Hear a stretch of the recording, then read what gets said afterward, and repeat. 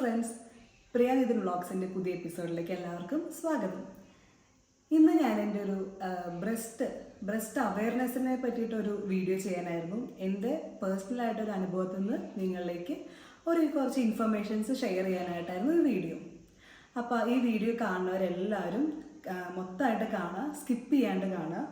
വളരെ യൂസ്ഫുൾ ആയിട്ടുള്ള വീഡിയോ ആയിരിക്കും ലേഡീസിന് മാത്രമല്ല, ഇപ്പോൾ ആണുങ്ങൾ ആര് കാണുകയാണെന്നുണ്ടെങ്കിലും അവരുടെ അമ്മമാർക്കോ അനിയത്തിമാർക്കോ ചേച്ചിമാർക്കോ ഭാര്യയ്ക്കോ ആർക്ക് വേണമെങ്കിലും ഈ ഇൻഫർമേഷൻ ഷെയർ ചെയ്യാവുന്നതാണ്. അങ്ങനെ ഞാൻ എൻ്റെ കമ്പനിയിൽ നിന്ന് ഒരു ഹെൽത്ത് ചെക്കപ്പിൻ്റെ ഭാഗമായിട്ടാണ് ഞാനൊരു ഹോസ്പിറ്റലിലേക്ക്, ഞങ്ങൾ ഹൈദരാബാദാണ് താമസിക്കുന്നത്. അപ്പോൾ ഹൈദരാബാദിലുള്ളൊരു നല്ലൊരു ഹോസ്പിറ്റലിലേക്ക് ഞങ്ങൾ ഹെൽത്ത് ചെക്കപ്പിന് കമ്പനി വഴി നമ്മൾ പോയി. അങ്ങനെ പോയപ്പോൾ നമ്മുടെ ആ പാക്കേജിൽ ബ്രസ്റ്റ് സ്കാൻ എന്തായാലും ഉൾപ്പെടുന്നതായിരിക്കും. എനിക്ക് 40 വയസ്സിന് താഴെയുള്ള കാരണം എനിക്ക് മാമോഗ്രാം അല്ല, പകരം ബ്രസ്റ്റ് സ്കാൻ ആയിരുന്നു പറഞ്ഞിട്ടുണ്ടായിരുന്നത്. പക്ഷേ എനിക്ക് കുറച്ച് നാളായിട്ട് ബ്രസ്റ്റിന് കുറച്ച് ഡിസ്കംഫേർട്ട് ഫീൽ ചെയ്ത കാരണം ഞാൻ അവരോട് ചോദിച്ചിരുന്നു, റിക്വസ്റ്റ് ചെയ്തത് എനിക്ക് മാമോഗ്രാം ചെയ്യാൻ പറ്റുമോ, എനിക്ക് മാമോഗ്രാം ചെയ്താൽ കുറച്ച് അഡ്വാൻസ്ഡ് ആണല്ലോ, അപ്പോൾ എന്തെങ്കിലും പ്രശ്നം ഉണ്ടെന്നുണ്ടെങ്കിൽ നമുക്ക് കണ്ടെത്താൻ പറ്റുമല്ലോ. ഈ അൾട്രാസൗണ്ട് ചെയ്യുമ്പോൾ നമുക്ക് മൊത്തം ചിലപ്പോൾ കാണാൻ പറ്റുന്ന വരില്ല. അവർ സമ്മതിച്ചില്ല. അങ്ങനെ ഞങ്ങൾ ബ്രസ്റ്റ് സ്കാൻ തന്നെ ചെയ്തു. ബ്രസ്റ്റ് സ്കാൻ ചെയ്യാനായിട്ട് ബ്രസ്റ്റ് സ്കാൻ ചെയ്ത് തുടങ്ങുമ്പോഴാണ് ഡോക്ടർ ചോദിക്കുന്നത്, എന്തെങ്കിലും പ്രശ്നം ഫീൽ ചെയ്യുന്നുണ്ടോ മുന്നേ, അതായത് ഭയങ്കര വേദന, ബ്രസ്റ്റിൽ ഭയങ്കര വേദന, അല്ലെങ്കിൽ ബ്രസ്റ്റിൽ നിന്ന് നിപ്പിളിൽ നിന്ന് ഡിസ്ചാർജ്, അതായത് ബ്ലഡോ അല്ലെങ്കിൽ വൈറ്റ് കളർ പാല് പോലെ ഡിസ്ചാർജോ അല്ലെങ്കിൽ കറുത്ത എന്തെങ്കിലും ഡിസ്ചാർജോ അങ്ങനെ എന്തെങ്കിലും വന്നിട്ടുണ്ടായിരുന്നു എന്ന് ഡോക്ടറിനോട് ചോദിച്ചിട്ടുണ്ടായിരുന്നു. അപ്പോൾ ഞാൻ പറഞ്ഞു, ഇല്ല, എനിക്കങ്ങനെ പ്രശ്നങ്ങളൊന്നുമില്ല, പകരം വേദനയുണ്ട്, പക്ഷെ ഡിസ്ചാർജ് ആയിട്ടൊന്നും അങ്ങനെ ഉണ്ടായിട്ടില്ല. പിന്നെ അവർ ചോദിക്കുന്ന കാര്യം, നമ്മൾ കുട്ടിയെ ഫീഡ് ചെയ്തിട്ടുണ്ടോ, എത്ര നാളൊരു ഫീഡ് ചെയ്തിട്ടുണ്ട്. അപ്പോൾ ഞാൻ എൻ്റെ മോനെ അവനൊരു 2 വയസ്സാവണ വരെ ഏകദേശം ഞാൻ ഫീഡ് ചെയ്തിട്ടുണ്ട്. അതിന് ശേഷമാണ് ഞാൻ ഫീഡിങ് നിർത്തിയതും. അപ്പോൾ അത് പറയുമ്പോഴും അപ്പോഴും അവരുടെ മുഖത്ത് ഭയങ്കര ഒരു ടെൻഷൻ, എന്തോ ഒരു പ്രശ്നമുള്ള പോലെ എനിക്ക് കാണാൻ പറ്റുന്നുണ്ടായിരുന്നു. ഞാൻ ഭയങ്കര ടെൻഷനായിട്ട് അവിടെ നമ്മൾ സ്കാൻ ചെയ്യുമ്പോൾ പിന്നെ ഇടയ്ക്ക് ഓരോന്നിങ്ങനെ ചോദിച്ചുകൊണ്ടേ ഇരിക്കണ്ട എൻ്റെ അടുത്ത്. അപ്പോൾ എൻ്റെ അടുത്ത് പറഞ്ഞു അവസാനം, കുറച്ച് മിൽക്ക് ഡക്സ്, ബ്രസ്റ്റിലെ മിൽക്ക് ഡക്സ് കുറച്ച് എക്സ്പാൻഡ് ആയിട്ടുണ്ട്. അപ്പോൾ അതിൽ കുറച്ച് പാപ്പിലോമാസും കാണാനുണ്ട്. ബെറ്റർ ടു കൺസൾട്ട് ഒരു സീനിയർ ആയിട്ടുള്ള ഡോക്ടറിനെ അവിടെ തന്നെ അവർ റെഫർ ചെയ്ത് തന്നു.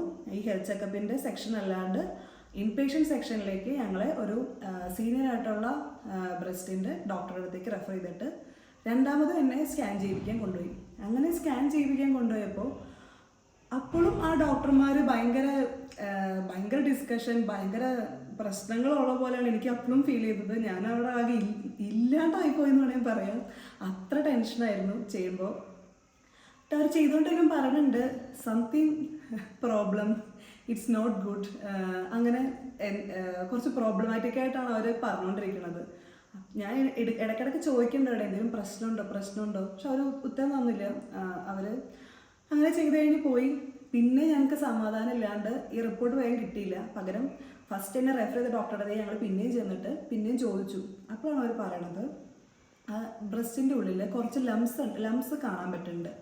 ആ ലംസിൻ്റെ ഉള്ളിൽ കുറച്ചൊരു സെക്രീഷൻ പോലെയും കാണാൻ പറ്റുന്നുണ്ട്.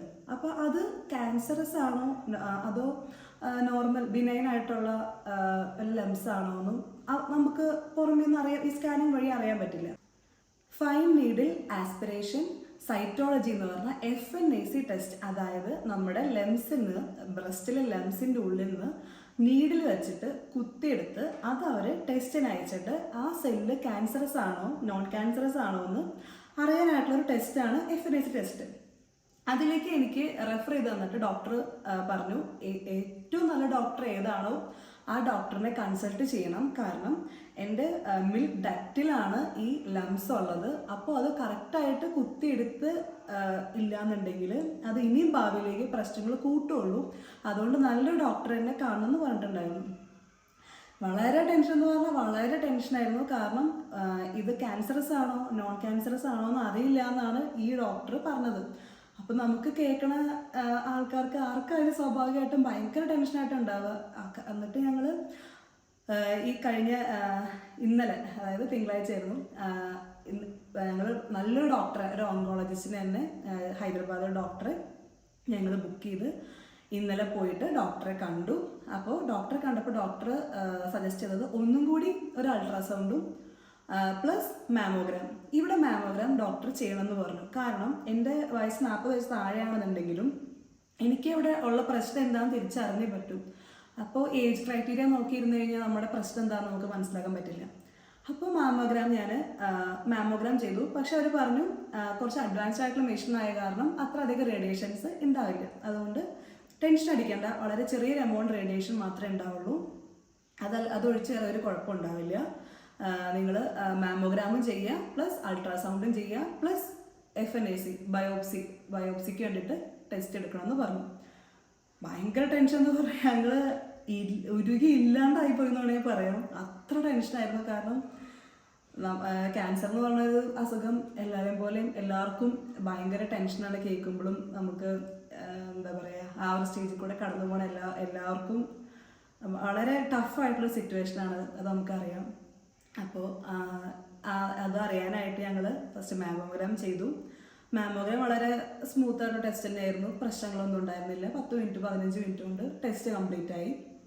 സെക്കൻഡ് ടെസ്റ്റ് ആയിരുന്നു അൾട്രാസൗണ്ട് ചെയ്യാൻ തുടങ്ങി. അൾട്രാസൗണ്ട് ചെയ്ത് തുടങ്ങുമ്പോഴും ഡോക്ടർ എന്നോട് ഈ മുന്നത്തെ ഡോക്ടർ ചോദിച്ചത് അതേ സെയിം കാര്യങ്ങൾ പിന്നെ റിപ്പീറ്റ് ചെയ്ത് ചോദിച്ചു. ചോര വരുന്നുണ്ടോ ബ്രസ്റ്റിൽ നിന്ന്, അതേപോലെ സെക്രീഷൻസ് വേറെ എന്തെങ്കിലും വരുന്നുണ്ടോ, ഭയങ്കര പെയിൻ ഉണ്ടോ എന്നൊക്കെ. പക്ഷെ എനിക്ക് ഈ വക സംഭവങ്ങളൊന്നും ഉണ്ടായില്ല. പെയിൻ ഉണ്ടായിരുന്നു. പക്ഷെ ആ ലംസ് ഉണ്ടെന്ന് പറഞ്ഞ ഭാഗത്തൊന്നും ആയിരുന്നില്ല എനിക്ക് പെയിൻ ഉണ്ടായിരുന്നത്. അപ്പർ സൈഡായിരുന്നു എനിക്ക് പെയിൻ ഉണ്ടായിരുന്നത്. അപ്പോൾ ഡോക്ടർ ചെയ്തുകൊണ്ടിരിക്കാൻ പറഞ്ഞു കുറച്ച് ലിംഫ് നോട്ട്സ് ഉണ്ട്, അതായത് കുറച്ച് ലംസ് പോലെ കാണാനുണ്ട്. പക്ഷെ അത് ഇപ്പോൾ ക്യാൻസറസ് ആയിട്ടുള്ളതൊന്നും ഇപ്പോൾ കാണാൻ പറ്റണില്ല എന്ന് പറഞ്ഞു. അപ്പോൾ അത് കേട്ടപ്പോൾ തന്നെ മനുഷ്യന് ഭയങ്കര ആശ്വാസമായിരുന്നു ഉണ്ടായിരുന്നത് മനസ്സിന്.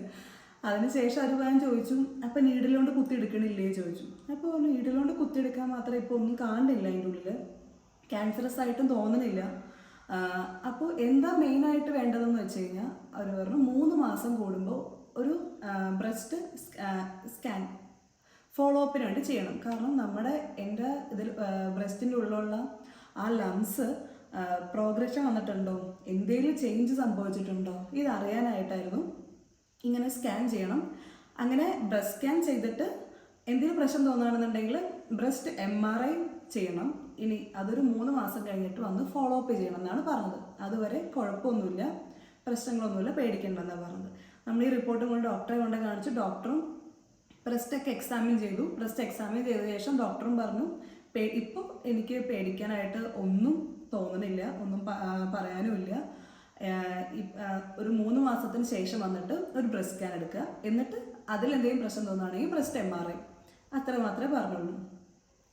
അപ്പോൾ ഞാൻ നിങ്ങളോട് എന്താ പറയുന്നത് വെച്ച് കഴിഞ്ഞാൽ ഞാനിപ്പോൾ ഒരു ഹെൽത്ത് ചെക്കപ്പിൻ്റെ ഭാഗമായിട്ടാണ് പോയി ടെസ്റ്റ് ചെയ്തത്. ഞങ്ങൾ മുന്നേയും ഈ ഹെൽത്ത് ചെക്കപ്പ് അല്ലാണ്ടും ഓരോ 6 മാസം കൂടുമ്പോഴും ഞാനും എൻ്റെ ഹസ്ബൻഡും പോയിട്ട് ഈ ബ്രസ്റ്റ് സ്കാന്, അതേപോലെ പാപ്സ്മിയർ ടെസ്റ്റ്, ഇതൊക്കെ സ്ത്രീകൾക്ക് വളരെ ഇമ്പോർട്ടൻ്റ് ആയ ടെസ്റ്റുകളാണ്. അപ്പോൾ ഇതൊക്കെ ഞങ്ങൾ മിസ് ചെയ്യാണ്ട് തന്നെ ചെയ്യാറുണ്ട്. അപ്പോൾ ഓരോ 6 മാസം കൂടുമ്പോൾ ഞാൻ ചെക്ക് ചെയ്തിരുന്നപ്പോഴും അപ്പോഴൊന്നും ഒരു കുഴപ്പമുണ്ടായിരുന്നില്ല. പക്ഷേ പെട്ടെന്നാണ് ഇപ്പോൾ ഈ സ്കാനിങ്ങിൽ മാറ്റങ്ങൾ വരുന്നത്. ബെറ്റർ എന്താണെന്ന് വെച്ച് കഴിഞ്ഞാൽ നമ്മളെപ്പോഴും ഈ ബ്രസ്റ്റ് നമ്മൾ അനലൈസ് ചെയ്യണം. ഈ കൈയുടെ ഈ ഓരോ വിരൽ വെച്ചിട്ടും തടവാണ്ട് ഈ കൈയുടെ മൊത്ത ഭാഗം വെച്ചിട്ടും നമ്മുടെ ബ്രസ്റ്റ് നല്ലോണം കണ്ണാടിയുടെ മുമ്പിൽ പോയി നിന്നിട്ട് ഇങ്ങനെ ഒരു മസാജ് പോലെ ചെയ്ത് കൊടുക്കുമ്പോൾ നമുക്ക് അവിടെ ഒരു മുഴകൾ പോലെയോ എന്തെങ്കിലും ഒരു തടിപ്പ് പോലെയോ എന്തെങ്കിലും ഫീൽ ചെയ്യുകയാണെന്നുണ്ടെങ്കിൽ ഉറപ്പായും വെച്ചുകൊണ്ടിരിക്കരുത്. അത് ഉറപ്പായിട്ടും പോയി കാണണം. കണ്ടിട്ട് ഒരു സ്കാനിങ്ങോ എന്തെങ്കിലും വഴി കൺഫേം ചെയ്ത് ഒന്നുമല്ല അത് കൺഫേം ചെയ്യുക. കാരണം ഇന്നത്തെ കാലത്ത് ഞങ്ങളവിടെ പോയിരുന്നപ്പോഴും ചെറിയ പെൺകുട്ടികളടക്കം ഒരുപാട് പേര് അവിടെ ഇതിനു വേണ്ടി വന്ന് ചെയ്യുന്നവരുണ്ട്. അപ്പോൾ ഇന്ന് ഏജ് എന്നുള്ളതില്ല ബ്രസ്റ്റ് ക്യാൻസറിന്. 17 വയസ്സ് മുതൽ ഏത് കാലം വരെയും, അതായത് ഏത് വയസ്സ് വരെയും നമുക്ക് ഈ ബ്രസ്റ്റ് ക്യാൻസർ എന്ന് പറഞ്ഞ രോഗം വരാം. ഇനിഷ്യലി അറിയാണെന്നുണ്ടെങ്കിൽ ഈസി ആയിട്ട് ചികിത്സിക്കാൻ പറ്റുന്ന ഒരു ക്യാൻസറും ബ്രസ്റ്റ് ക്യാൻസർ തന്നെയാണ്. അതുകൊണ്ട് യാതൊരു മടിയും കാണിക്കാണ്ട്, യാതൊരു നീട്ടിവെക്കലും ഇല്ലാണ്ട്, വേദനയുണ്ടോ, എന്തെങ്കിലും മുഴ പോലെ തോന്നുന്നുണ്ടോ, ചെല്ലുക, വേഗം തന്നെ പോയി നമ്മൾ സ്കാൻ ചെയ്യുക, ഒന്നുമല്ലാന്ന് ഉറപ്പ് വരുത്തുക. അതാണ് മെയിനായിട്ട് വേണ്ടത്. പക്ഷേ ചില സമയത്ത് നമുക്ക് തൊട്ട് നോക്കുമ്പോഴും എനിക്കൊരു കൺഫ്യൂഷൻ പോലെ ഉണ്ടായിരുന്നു. അതായത് മുഴ തന്നെയാണോ, അതോ ഇത് ഓൾറെഡി ബ്രസ്റ്റ് സ്ട്രക്ചർ അങ്ങനെ തന്നെയാണോ, നമുക്ക് അങ്ങനെ കൺഫ്യൂഷൻ ഉണ്ടാവും. അപ്പോൾ നമുക്ക് അതിനൊക്കെ ഒരു എങ്ങനെ അത് ടെൻഷനൊക്കെ ഒഴിവാകാമെന്ന് വെച്ച് കഴിഞ്ഞാൽ നമുക്ക് ഒരു ഡോക്ടറെ കണ്ട് ഡോക്ടർ സ്കാൻ ചെയ്ത് തന്നിട്ട് കാര്യങ്ങൾ പറഞ്ഞു കഴിഞ്ഞാൽ അത്രയും നമ്മുടെ ടെൻഷൻ മാറിക്കിട്ടി. എല്ലാവരും അപ്പോൾ നമ്മുടെ ഈ ബ്രസ്റ്റിൻ്റെ ഈ ചേഞ്ചസ് കറക്റ്റായിട്ട് മോണിറ്റർ ചെയ്യാം, കറക്റ്റായിട്ട് ടൈംലി ചെക്കപ്പ് നടത്തുക. എന്തെങ്കിലും ഇപ്പോൾ പണ്ടത്തെ പോലെ തെന്നിമാറുന്ന മുഴകൾ ക്യാൻസർ അല്ല എന്ന് പണ്ട് പറയുമായിരുന്നു. പക്ഷേ ഇപ്പോൾ തെന്നിമാറുന്ന മുഴകളും ക്യാൻസറായിട്ട് ഒരുപാട് പേര് റിപ്പോർട്ട് ചെയ്തിട്ടുണ്ട്. അതേപോലെ ബ്രസ്റ്റ് ഫീഡിങ് ചെയ്യുന്ന സമയത്തും ക്യാൻസർ വരില്ല എന്നൊരു മുന്നേ ഉണ്ടായിരുന്നു. ഇപ്പം അതുമില്ല. ബ്രസ്റ്റ് ഫീഡിങ് നടക്കുന്ന സമയത്തും ക്യാൻസർ ഇഷ്ടം പോലെ പേർക്ക് വരുന്നുണ്ട്. ഏജ് കൂടുന്തോറുമാണ് ക്യാൻസർ വരിക. ഈ ഏജിലൊന്നും ക്യാൻസർ വരില്ല. അതുകൊണ്ടാണുള്ള മാമോഗ്രാമൊക്കെ 40 മുകളിൽ 40 താഴെ ആവശ്യമില്ല, ഇപ്പം ഒന്നും ക്യാൻസർ വരാൻ ചാൻസ് ഇല്ല. അങ്ങനെയല്ല. മാമോഗ്രാം ചെയ്യണമെന്നല്ല ഞാൻ പറഞ്ഞത്, പകരം ഏജ് അല്ല, 17 വയസ്സ് തൊട്ടിട്ട് ഏത് ഏജ് വരെ ആണെങ്കിലും കറക്റ്റായിട്ട് ഒരു 6 മാസം കൂടുമ്പോഴോ അല്ലെങ്കിൽ അറ്റ്ലീസ്റ്റ് ഒരു വർഷത്തിലൊരിക്കലെങ്കിലും ഡോക്ടറെ കണ്ട് ചെക്ക് ചെയ്യുക. എല്ലാവരും സേഫായിട്ടിരിക്കുക. അപ്പോൾ ഇത്രയേ ഉള്ളൂ എൻ്റെ ലൈഫ് എക്സ്പീരിയൻസ്. ഞങ്ങൾ കുറച്ച് ദിവസം കൂടെ അനുഭവിച്ച് പോയിക്കൊണ്ടിരുന്നു, വളരെ ടെൻഷൻ അടിച്ച് അനുഭവിച്ച് പോയിക്കൊണ്ടിരുന്ന കുറച്ചൊരു സമയമാണ് നിങ്ങളുടെ ഇപ്പോൾ ഷെയർ ചെയ്തത്. ഇനി ഒരു 3 മാസത്തിന് ശേഷം ഒരു ഫോളോ അപ്പ് പറഞ്ഞിട്ടുണ്ട്. ദൈവം സഹായിച്ചൊന്നും ഇല്ലാണ്ടിരിക്കട്ടെ, എല്ലാം നല്ല രീതിയിൽ തന്നെ പോട്ടെ. അപ്പോൾ എല്ലാവർക്കും നല്ലൊരു ദിനം ആശംസിച്ചോളുന്നു. ബൈ.